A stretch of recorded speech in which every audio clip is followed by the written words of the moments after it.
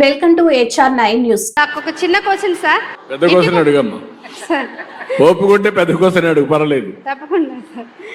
ఇంటికి ఒక పారిశ్రామికవేత్తగా అనేది మన కళ అయినప్పుడు అది ఎలా నిజం చేస్తారు సార్? మహిళా ఎంటర్ప్రైనర్ని తయారు చేయాలనేది మీ సంకల్పం అయినప్పుడు ఇప్పుడున్న పరిస్థితుల రీత్యా రాష్ట్రంలో పెట్టుబడిదారులు ఎలా వస్తాయి సార్? అంటే బీపీఎల్ కుటుంబాల్లో కూడా ఎంటర్ప్రైనర్ని మీరు తయారు చేస్తారని అంటున్నారు కదా సార్. మీరు చెప్పింది, మీరందరూ కూడా సంకల్పం అనేది చాలా ఇంపార్టెంట్ అమ్మా. ఏ వ్యక్తి కూడా పుట్టుకతోనే పెద్ద వ్యక్తిగా పుట్టడు. ప్రతి ఒక్క వ్యక్తి కూడా ఒక సంకల్పం ఉంటే ఆ సంకల్పాన్ని సాధించడం పెద్ద కష్టం కాదు. నేను చదువుకునే రోజుల్లో నాకు ఒక ఆలోచన వచ్చింది. నేను MA చేస్తున్నా, ఏం కావాలని ఆలోచించాను. కొంతమంది నన్ను IAS ఆఫీసర్స్ అయితే బాగానే ఉంటుందన్నారు. నేను స్కూల్కి ఎక్కువగా పోయేవాడిని కాదు, కాలేజీలో కూడా క్లాసులకు పోయేవాడిని కాదు. అప్పుడు ఆలోచించాను ఏం చేయాలని. నేను చదువుకుంటే కూడా ఇప్పుడు కష్టపడి ఎంత చేసినా కూడా IAS సెలెక్ట్ కావు, రాజకీయాలు అయితే సులభంగా ఉంటుంది అని నేను ఆలోచించి MLA కావాలనుకున్నాను. కాలేజీ నుంచే, మధ్యతరగతి కుటుంబం, సంకల్పం, కష్టపడ్డాను. అప్పుడే ఎలక్షన్స్ వచ్చాయి. నేను రీసెర్చ్ స్కాలర్గా ఉండి యూనివర్సిటీ నుంచి పోటీ చేసి ప్రతి శనివారం ఆదివారం ఊర్లు తిరిగేవాడిని. ఒక నియోజకవర్గంలో ఒక 10 గ్రామాలు తిరిగేవాడిని. అక్కడ మా స్టూడెంట్స్ ఉండేవాళ్ళు. వాళ్ళతో కలిసి వాళ్ళ ఇంట్లోకి వెళ్ళి అందరితో పరిచయాలు చేసుకుంటూ వచ్చేవాడిని. కరెక్ట్గా 3 ఏళ్లలో ఎన్నికలు వచ్చాయి. 3 ఏళ్లలో MLA అయ్యాను. మళ్ళీ మంత్రి కావాలనే సంకల్పంతో పనిచేశాను. 2 ఏళ్లలో మంత్రి అయ్యాను. తర్వాత మా మామగారితో పరిచయం అయింది. సినిమాటోగ్రఫీ మినిస్టర్గా ఉంటే నేను ఎప్పుడూ ఊహించలేదు, ఊరికి ఆయన కలవాలి, పాపులర్ యాక్టర్, నేను చిన్న కుర్రాడిని అని కలిస్తే ఆ కలయిక నా మ్యారేజ్ అలయన్స్ వరకు వచ్చింది. మీ కెన్ ఇమాజిన్, ఒక అడుగు మీరు ముందుకేస్తే ఇంకొక అడుగు కలిసి వస్తుంది. అట్లా నేను ఆలోచించింది ఆ రోజు. నేను ఒక MLA కావాలి, ఒక మంత్రి కావాలి, అయితే 10 మంది IAS ఆఫీసర్ల కంట్రోల్ చేయించనుకుంటే సూర్యకుమార్ ఇక్కడే ఉంది IAS ఆఫీసర్. వాళ్ళందరూ ఇప్పుడు కొన్ని 100 మంది పనిచేసే పరిస్థితికి వచ్చారు ఒక ముఖ్యమంత్రిగా. మీలో కూడా ఒక సంకల్పం అనేది ఉంటే సాధ్యం. నేను అందుకనే ఈరోజు ఏం చేస్తున్నా అంటే, రతన్ టాటాను చూశారు మీరు. రతన్ టాటా టాటా కంపెనీకి చైర్మన్ అయ్యాడు. అయిన తర్వాత ఆయన అంచెలంచెలుగా ఆ కంపెనీని ఉన్నత స్థాయికి తీసుకెళ్ళాడు, ఆకాశాన్ని తీసుకెళ్ళాడు. ఒకే వ్యక్తి, ఒకే పాలసీ, బ్రహ్మాండంగా పనిచేయగలిగాడు. ఈరోజు మీరు చూడండి, సమాజంలో మీకు తెలిసిన వ్యక్తులు కూడా జీవితంలోనే పైకి వచ్చారు. ఒక అంజిరెడ్డి, రెడ్డి ల్యాబ్స్ పెట్టాడు. ఒక ప్రతాప్ రెడ్డి అపోలో హాస్పిటల్స్ పెట్టాడు. ఈ విధంగా ఒకరిద్దరు కాదు, చాలామంది ఒక చిన్న పరిశ్రమతో స్టార్ట్ చేసి అక్కడి నుంచి అంచెలంచెలుగా ఎదిగే పరిస్థితికి వచ్చారు. ఇప్పుడు నేను ఆలోచించేది, రతన్ టాటా ఇన్నోవేషన్ హబ్ పెడుతున్నాను. ఒకప్పుడు మీ అందరికి ఒక మాట చెప్పాను, IT చదువుకోమని చెప్పాను, మీ పిల్లల్ని చదివించమని చెప్పాను. చదువుకుంటే మీరు మీ పిల్లల కోసం 100 ఎకరాలు భూమి ఇచ్చినా అప్రయోజకుడైతే ఈ భూమి పోతుంది. అదే కానీ మీరు కానీ తెలివైన వాళ్ళైతే బాగా చదివించండి, 100 ఎకరాలు కాదు 10,000 ఎకరాలు సంపాదించే శక్తి వస్తుందని చెప్పాను. ఈరోజు ITకి వచ్చారు. నేను ITలో ఉండే వాళ్ళకి చెప్పేవాడిని, మీరు ITతో ఆపద్దండి, మీరు ఉద్యోగం చేయడం కాదు, మీరు ఉద్యోగం వచ్చే పరిస్థితి రావాలని చెప్పాను. ఇప్పుడు అందరూ పారిశ్రామికవేత్తలయ్యారు. ఈరోజు ప్రపంచంలో ఎక్కువ తలసరి ఆదాయం సంపాదించే వ్యక్తులు ఎవరంటే భారతీయులు. అందులో 35% తెలుగు బిడ్డలు ఉన్నారంటే 25 ఏళ్లకు మునుపు నేను వేసిన ఫౌండేషనే కారణం. ఎన్నో ఏళ్ళు కాదు, 25 ఏళ్ళు. హైదరాబాద్ నగరం ఉంది, 95 ముందు హైదరాబాద్ ఏంటి, తర్వాత హైదరాబాద్ ఏంటిని మీరు ఒకసారి ఆలోచించుకోండి. ఒక దూరదృష్టితో మనం పనిచేస్తే వ్యక్తిగా ఇవన్నీ సాధ్యం. 5 సెంటర్లో 5 ఇన్నోవేషన్ హబ్బులు పెడుతున్నాను. విశాఖపట్నం ఉత్తరాంధ్రకి, గోదావరి జిల్లాలో ఒక రాజమండ్రి, మీ ప్రకాశం, చిత్తూరు, నెల్లూరుకి తిరుపతి, అనంతపూర్, కర్నూలు, కడపకి అనంతపూర్ హెడ్ క్వార్టర్ కింద ఇన్నోవేషన్ హబ్బులు పెడుతున్నాను. అదే సమయంలో ప్రతి ఒక్క నియోజకవర్గానికి ఒక ఇండస్ట్రియల్ పార్క్ పెడుతున్నాను. ఆ రోజు నేను ఇచ్చిన పిలుపు ప్రతి ఒక్క ఇంట్లో ఒక ఐటీ ప్రొఫెషనల్ కావాలని.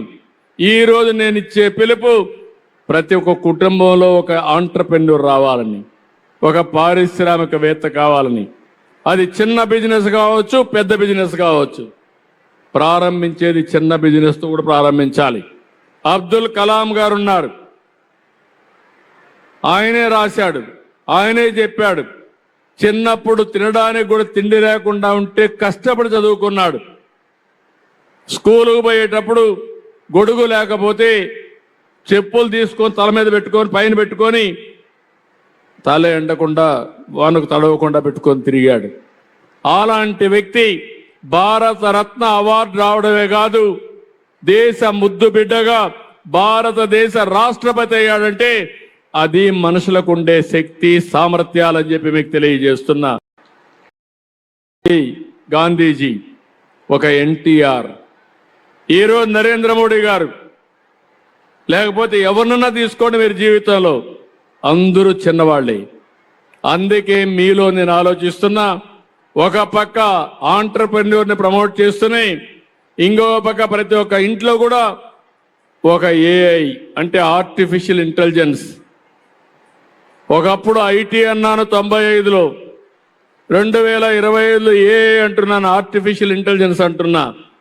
ఈరోజు మీ ఫోన్ తెరిచి చాట్ బాట్లు అడిగితే నన్ను గురించి మొత్తం మీకు చెప్తుంది. అది హిస్టరీ అంతా చూసుకొని ఏ సమాచారం కావాలని ఇచ్చే పరిస్థితి వస్తుంది. మీరు నిర్ణయాలు చేయక మునుపు మీకు ఏది కావాలన్నా ఆర్టిఫిషియల్ ఇంటెలిజెన్స్ ద్వారా వస్తుంది. మన యువత కూడా ఆలోచించుకోవాలి, యూజ్ కేసెస్ మీరు తయారు చేయాలి. తద్వారా మీకు ఆదాయం పెరిగే పరిస్థితి వస్తుంది. ఇది అసాధ్యం కాదు. ఈరోజు ఇక్కడే అనౌన్స్ చేశాను, ఒక సంవత్సరంలో మా ఆడబిడ్డల్ని 1,00,000 మందిని ఆంట్రప్రెన్యూర్స్ గా తయారు చేసే బాధ్యత నాది.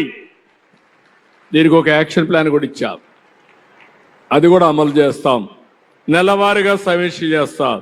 మళ్ళా సంవత్సరం తర్వాత ఈ 1,00,000 మంది ఎంతవరకు పైకి వచ్చారో చూస్తాం. ఆడబిడ్డలకు ఇంకోటి ఇచ్చాను, మగవాళ్ళందరికీ 20% ఇన్సెంటివ్ అయితే మీరు పెట్టుబడి పెట్టే పెట్టుబడిలో 45% డబ్బులు ఇచ్చే పరిస్థితి, సబ్సిడీ ఇచ్చే పరిస్థితి నాది. మగవాళ్ళ కంటే 25% ఆడబిడ్డలకు ఎక్కువ ఇస్తాను. అది అగ్రవర్ణాలు కావచ్చు, బీసీలు కావచ్చు, అందరిలో కూడా 45% ఇస్తాం.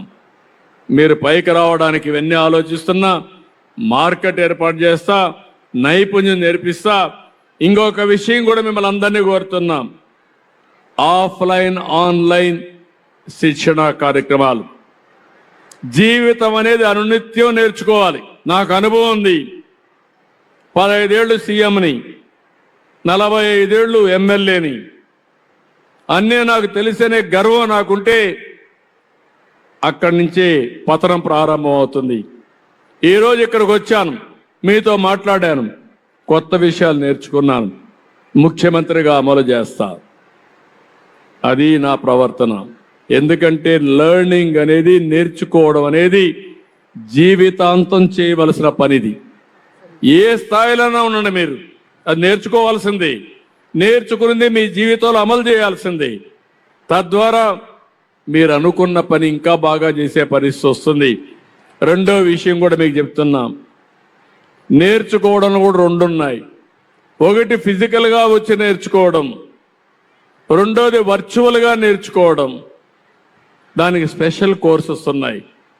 ఒక మంచి ఆంట్రప్రెన్యూర్ కావాలి, ఫైనాన్స్ ఎట్ చేయాలి, మేనేజ్మెంట్ ఎట్ చేయాలి, లేకపోతే మార్కెటింగ్ ఎట్ చేయాలి, లేకుంటే ప్రోడక్ట్ ఎట్ చేయాలి, ఇవన్నిటికీ కోర్సెస్ ఉన్నాయి ఆన్లైన్లోనే.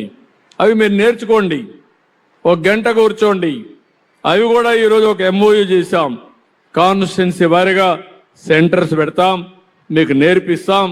మీరు నేర్చుకోగలిగితే మనం ముందుకు పోయే పరిస్థితి వస్తుంది. మూడో విషయం కూడా మిమ్మల్ని కోరుతున్నాం, ఆన్లైన్ వర్చువల్ కోర్సెస్ కూడా చేయండి.